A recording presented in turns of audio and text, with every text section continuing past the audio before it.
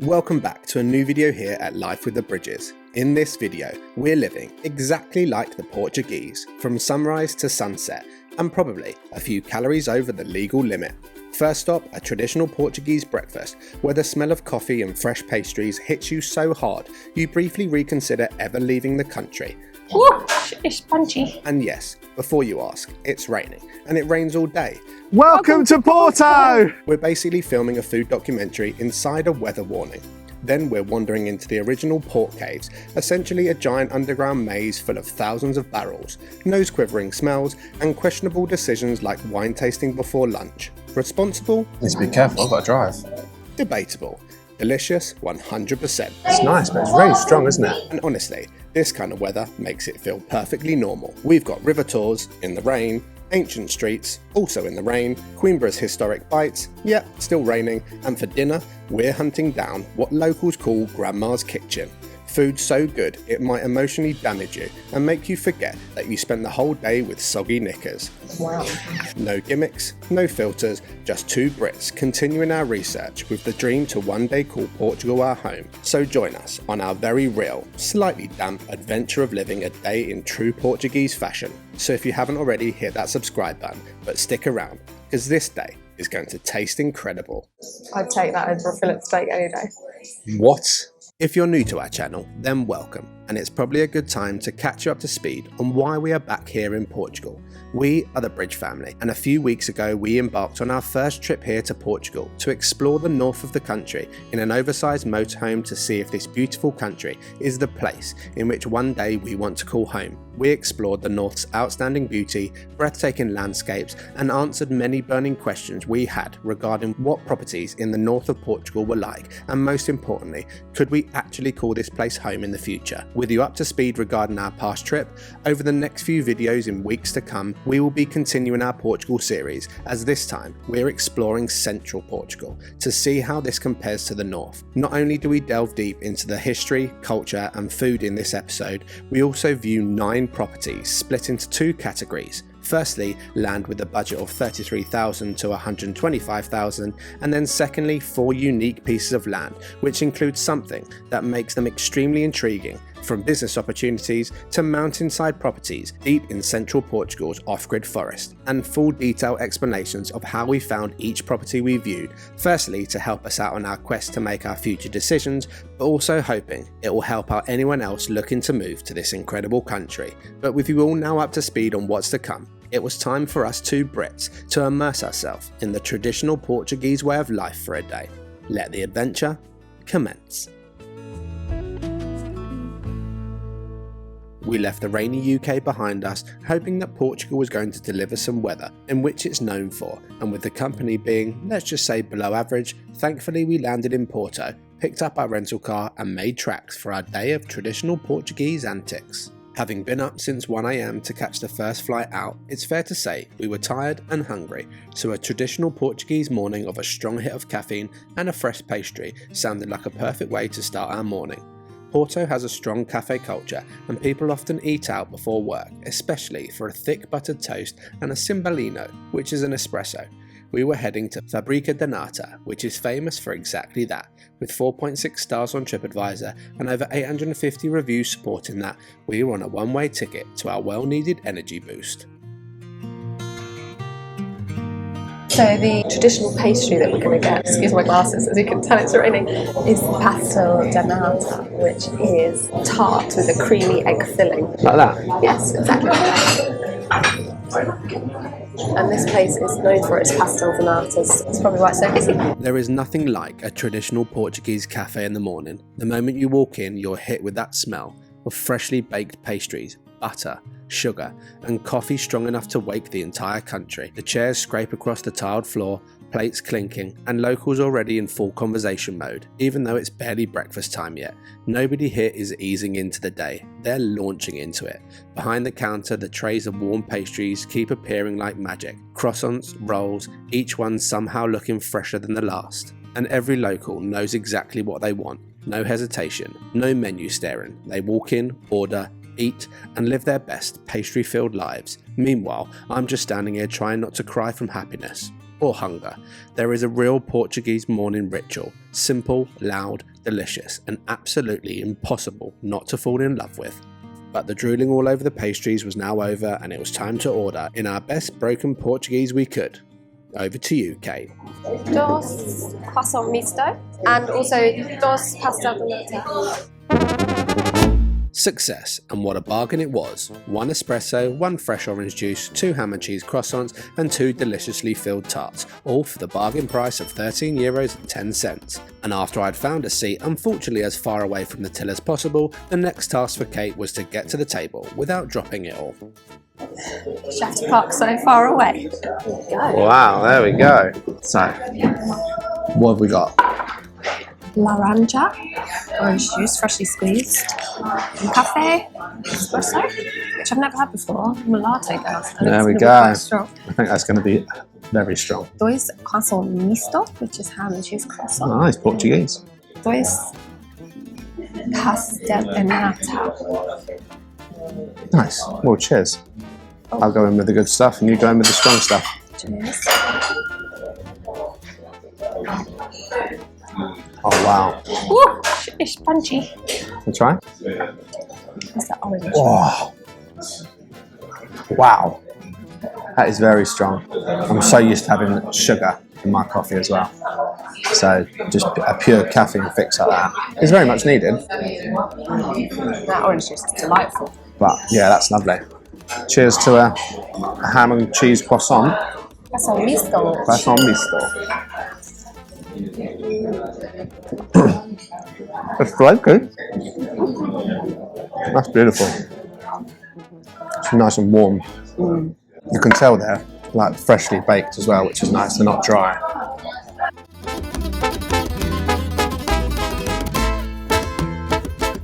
What's in this tart? It's like a creamy egg custard. Wow, I'm going to give it a go. Wow, that's really good. Is it? Yeah, it's like Is it sweet? I think the sweet's almost, I'm assuming, coming from the sugar on the top. It's like a custardy filling, but not really sickly custard. They are fantastic. Really good. It's really strange eating something so sweet for breakfast. I'm more of a savoury person, like a ham and cheese croissant. But that is good. That's fantastic. Straight from the tree. We've got a bit of pastry there. But it's not not. When we move to Portugal, not if, when. I think we need to get one of those massive orange squeezy machines. Yeah.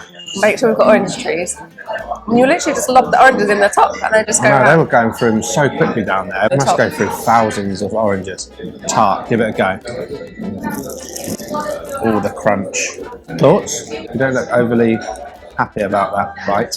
I don't dislike it, but I couldn't be any further from a sweet tooth if I tried. I'm not a sweet tooth at all, am I? No. So this for me is very unfamiliar. I certainly wouldn't want to eat a whole one. Combination of the sugar and the caffeine, it's certainly set you up for a good day, that's for sure. You can tell the pastry is really fresh as well. It's all flaky and half it's on my lap. Covered in it, yeah. I hope they've got a good hoover by the end of the day. Everyone coming in here for their flaky pastries. But with a traditional breakfast now done, or half done, we're about to go and finish this off and on to the next bit. Cheers. With the Portuguese pigeons looking about as thrilled as we were about the weather, our morning of living like a local was off to a fantastical start. And just as we thought it couldn't get any better, as we left we were greeted by some local buskers playing us a beautiful song whilst we tried to find the nearest place to find our next purchase. And no, it wasn't another Portuguese delicacy, it was an umbrella. Brilliant. But with the umbrella now erect, we carried on our day to an amazing part of Porto's history.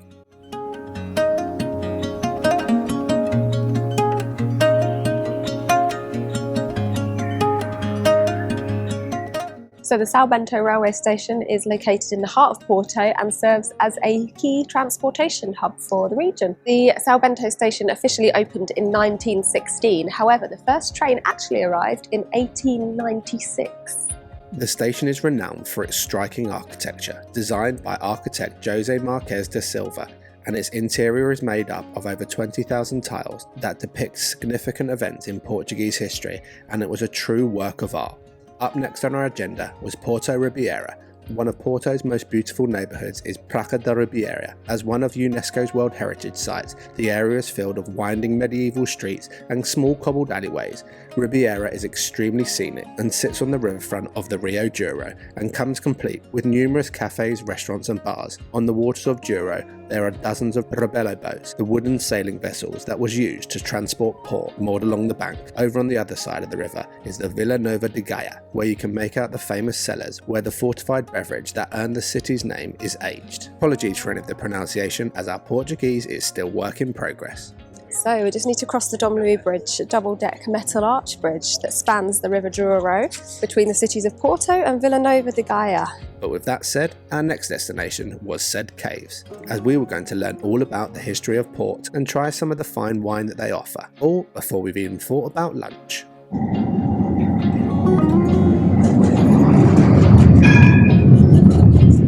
Somewhere around here will be Caves Ferreira, which was founded in 1751 by the Ferreira family of Rigua, a producer and trader of port wines, and it's the only port wine company that has remained in Portuguese hands. And we are going to taste some of their delicious port. Now that sounds good to me.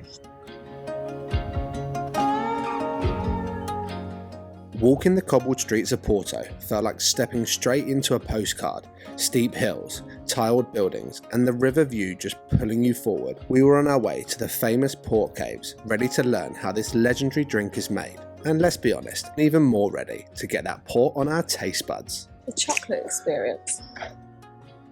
We don't want chocolate, we want port. Oh, you can smell it.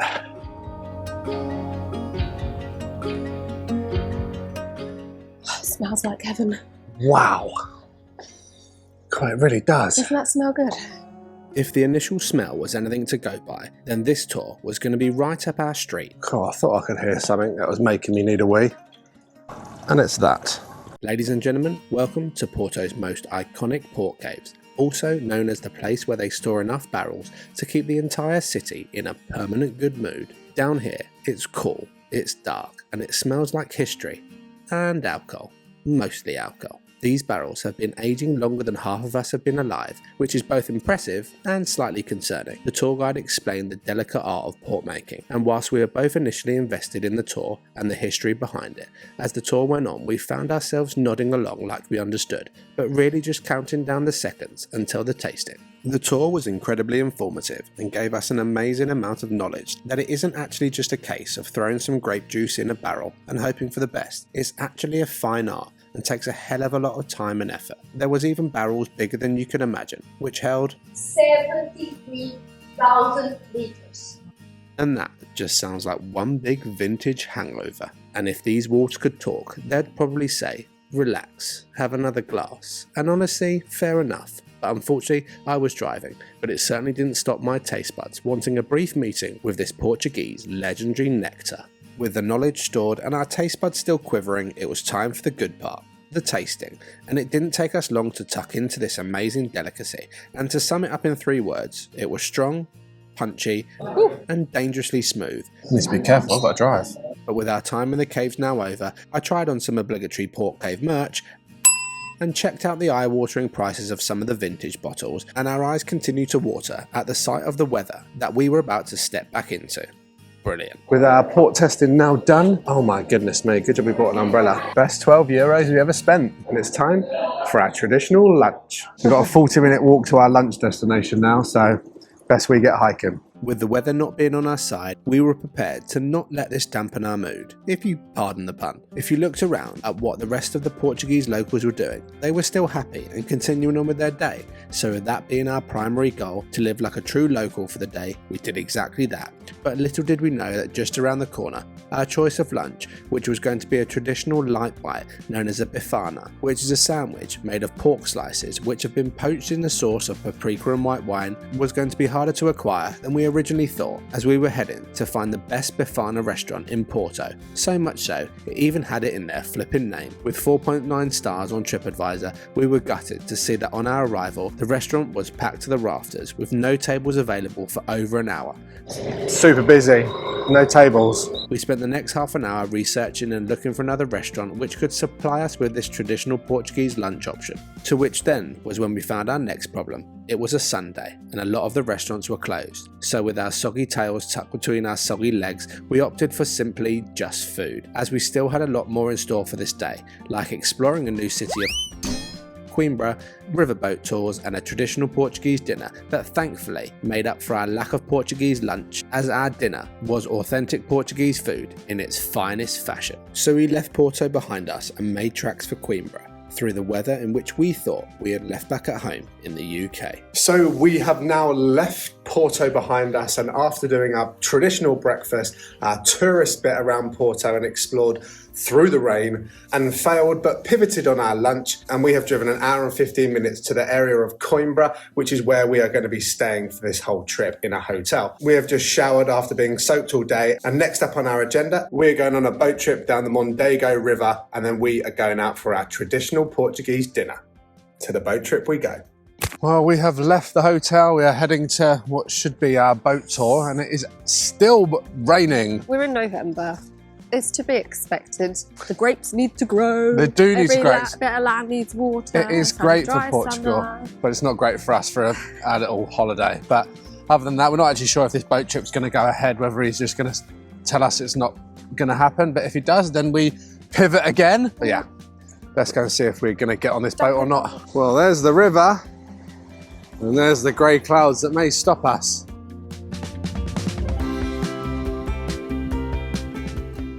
There he is. There's the traditional Portuguese boat that we're going on. Looks like it's happening.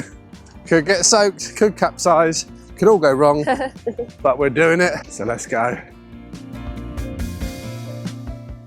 Is Miguel? Yeah. Hola. With the weather temporarily holding up, we boarded the boat, ready to take us for a trip down the river. Our tour guide told us many incredible stories about the history of the boats and how once upon a time they were the workhorses of the river, transporting all the local goods to many different destinations, but unfortunately not with the luxury of the electric motors in which they use today, but in fact by sail and paddle, which would have required a huge amount of manual labour. Miguel also shared his history behind the boat and all the buildings that overlooked this beautiful river, and how once upon a time his grandfather was a worker on this type of boat. But with our traditional boat tour coming to a close and our knowledge topped up to the brim, we made tracks back to the dock, ready to go and walk these beautiful festive-filled streets of Coimbra. It's Christmas! It is Christmas, and Coimbra are doing it well. It looks beautiful.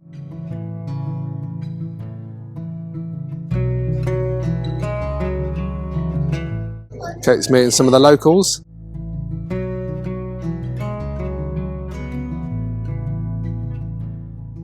So I am going to go and try some of these roasted chestnuts, which seem to be a Portuguese delicacy. I think it's just because it's Christmas. Oh, it's not Portuguese? It's Christmas. They smell good. Obrigado. First roasted chestnut. They're really soft. Yeah. They're really good. Have you not had them before? No. They're yummy, aren't they? But I'm pretty sure they're a festive treat.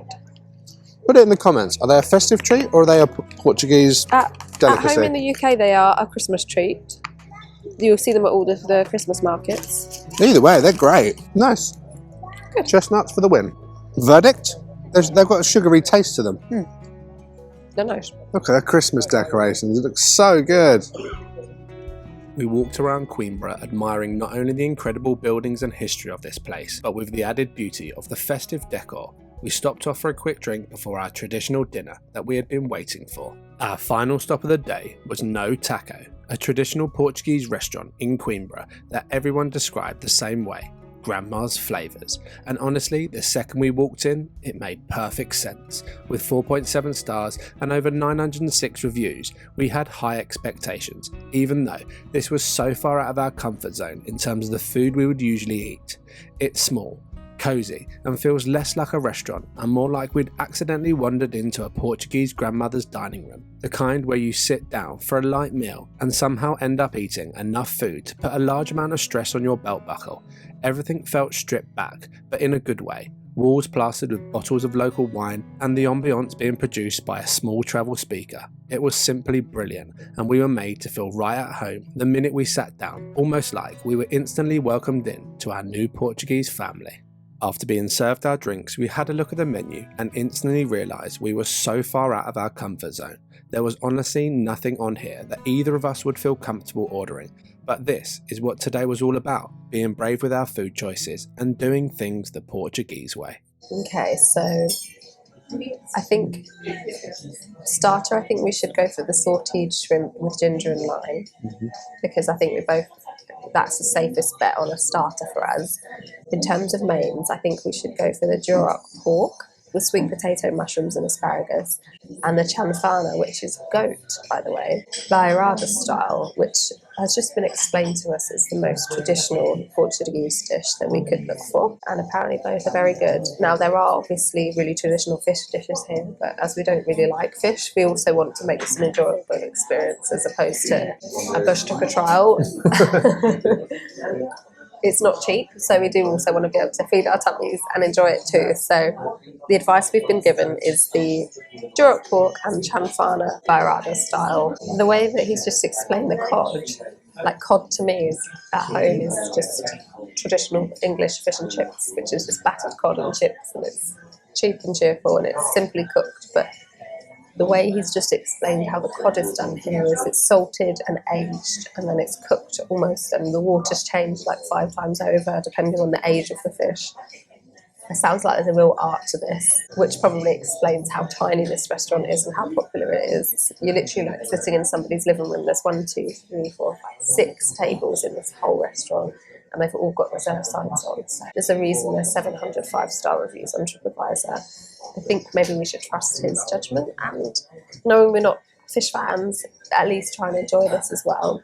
After discussing further with the owner of the restaurant, we decided to put our full trust in him to advise us on the best and most traditional Portuguese dishes he would recommend. So we quickly retracted our original safe bet of a shrimp for starter and went with the caldo verde soup with smoked chorizo and olive oil, and also the codfish croquettes to start. But after our order, he instantly brought out a small tasting spoon of fresh tomatoes, chives and olive oil, which, as you can see by Katie's face, was bloody delicious. And with only a few minutes later, the starters hit the table, starting off with the caldo verde soup.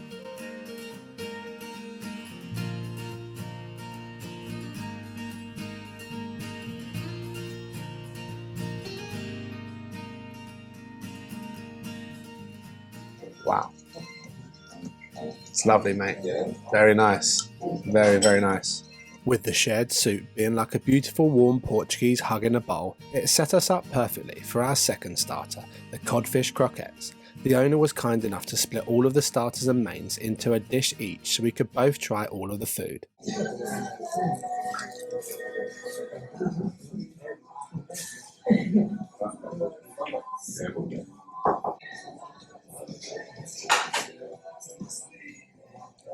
Wow. What is it? That does not taste like fish at all. It tastes really naughty. It tastes like man hash brown. This is apparently tomato and spices.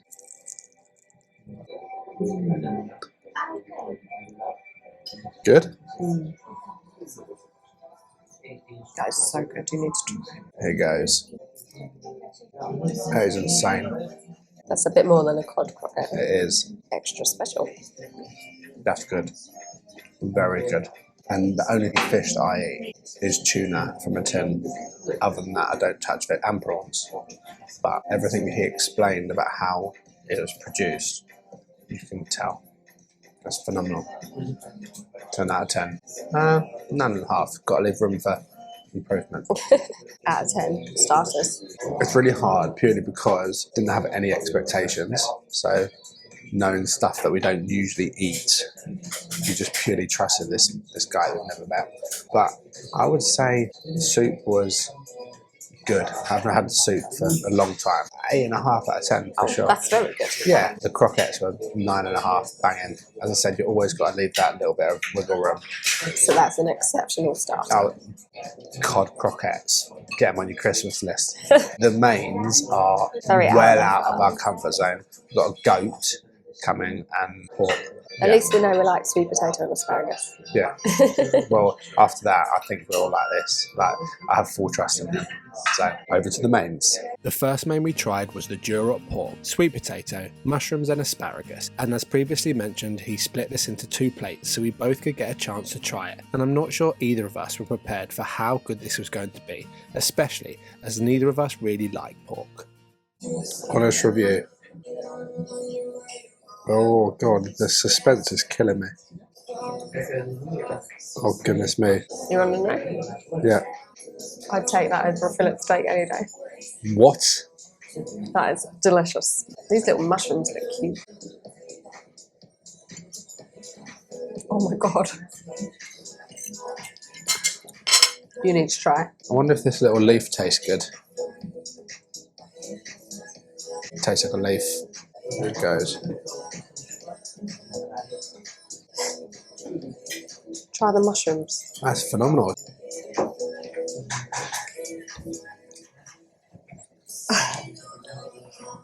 Little pockets of magic.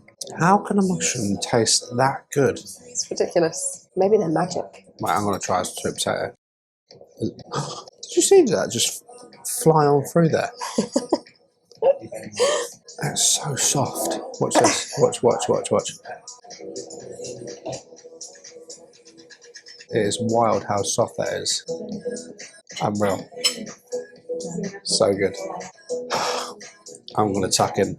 With the Duroc pork blowing our little minds and taking our Portuguese palates to heaven and back again, the next main was Chanfana Bairrada-style, which came with potato and spinach. This is a red wine based stew from the Bairrada region of Portugal, traditionally made with goat or lamb, which is slow cooked in a clay pot in a wood fired oven. And my goodness did it smell good, and it was now time to try it to see if the smells married up with the taste. And after what we'd tried already, we had no doubt in our minds that this was going to be delicious. I know that spinach is going to taste amazing. I can just see it. Wow, it's unreal. You didn't even need to put your knife through that potato. For that. Look at that. It literally just melts in your mouth. Look. That is superb. Yeah, it's amazing. Your head's just doing so many different wobbles. It's a full house so here. many different types. A full combination going in. Game, set, match. 3, 2, 1, wallop. Take that as a yes. Amazing. I love that. I love that for them and for you and for me because I'm about to try it. Well, you missed me doing my spinach and potato because you were too busy chowing down. But here goes my first ever taste of goat. I feel like this looks like we're just putting this on, but genuinely, it's good. That is the goat. That is so good. How do we get this at home? Do you think they have a Deliveroo from Portugal. For 2 people with such safe palates, and we always go for our safe foods and things like that, to have just put ourselves out there and tried all these different things that we would never have ordered off of a menu ever. We'd never choose to come here. We would have been up at the Italian. This is ridiculous. Out of 1, 2, 4 dishes, I'd say every single one of them was at least an 8 or 9 out of 10. And I don't think I've given any food that kind of rating in a long time. After telling the owner how delicious his food was and how grateful we were that he had been so accommodating in letting us try all the food and explaining them all in such amazing detail, he said to finish off this dinner we had to try the traditional pudding, which was egg yolk and port wine pudding with cheese to round everything off. And this was a true work of art, with red fruit, crumbled biscuit, port wine sauce and an egg yolk pudding which had been smoked with pork belly. This was a combination of flavours which blew our mind, but we had to try it no matter how full we were.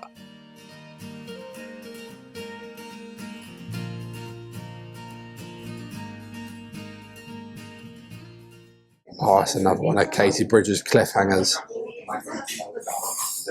Is she going to throw up or is she going to love it? We'll see in the next video. Just joking. It's actually really, really nice. Oh, it's getting boring how nice it is. Oh, there's a but. For me, I couldn't eat the whole thing because texture. It's a texture thing for me. Okay. Nice. It is a very weird texture. It's delicious, but it's the texture. I couldn't do a whole thing. Oh, it's a very weird texture. It's like jelly. That is the weirdest, the most intriguing flavour profile. What about the texture? The texture kind of gets lost. I don't like the texture initially. It gets lost when you mix it with the crumble and the raspberry and the... I'm going to go again now, I'm not going to lie. Oh, it's fallen off. It's good. So it is really good. It's really good. I think again, going back to breakfast. I don't want to like it, but it's really good. So if there's one thing you've learned, what is it? Dinner, being tired and having been up so early, I could have happily sat and ate Italian up where we had our drinks earlier. But the fact that we did come here off of reviews and the description of Grandma's kitchen and authentic and traditional recipes and like the flavour and the heart and the home, for us to sit here and try things that we never would touch on a menu and to love every single dish the way that we have, I think it's just opened my eyes that we should be more confident in trying new things, because it's just goes to show, doesn't it? And just as we thought our incredible experience was all done, the owner came back to the table with one last offering to tip us over the edge, a traditional Portuguese liquor known as ginger, which was a smooth cherry liqueur, and down the hatch it went, and it was surprisingly nice. But that just about rounds off our day and the end of this video. We started this video as two Brits going in search for a traditional day living the Portuguese way, and to answer the question whether we could get along with this Portugal way of life, to sum it up in 2 words, it would be absolutamente fantastico. And to anyone that doesn't speak Portuguese, it translates to absolutely fantastic. And we genuinely, from the bottom of our hearts, loved every piece of today, apart from the rain. But that's a good time to end that video there. If you like this video, don't forget to hit the like button, subscribe to our channel if you haven't already. A huge thank you to all of our Patreon members, and if you want to become a Patreon member, scan the QR code on the screen right now. Don't forget to come back for our next video as the excitement ramps up as we go and see 4 properties that range from €33,000 to €125,000 to find out what you get for your money here in central Portugal in terms of property and land, and ask ourselves the question, can any of these 4 be our potential home? And before I end the video, most importantly, live for today, as tomorrow is never promised. We'll catch you in the next one, chaps.